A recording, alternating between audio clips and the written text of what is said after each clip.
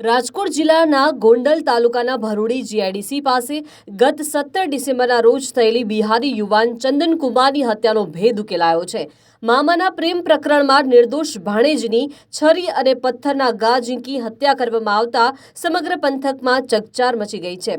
ગોંડલ તાલુકા પોલીસે ગણતરીની કલાકોમાં મુખ્ય આરોપી સહિત કુલ 6 શખ્સોની ધરપકડ કરી છે। પોલીસ તપાસમાં ચોંકાવનારો ખુલાસો થયો છે કે ફરિયાદી લાલુને મુખ્ય આરોપી રાકેશના ભાઈ નવીનની પત્ની સાથે પ્રેમ સંબંધ હતો। આ બાબતની જાણ રાકેશ અને તેના ભાઈ છોટેલાલને થતા તેઓએ લાલુની હત્યા કરવાનું કાવતરું ઘડ્યું હતું।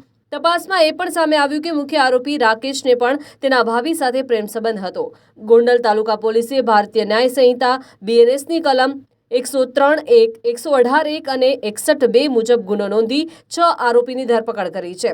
ગોંડલ તાલુકા પોલીસે અલગ અલગ ટીમો બનાવી 20 જેટલા પોલીસ કર્મચારીઓએ દોડીને આરોપીને પકડી પાડ્યા છે।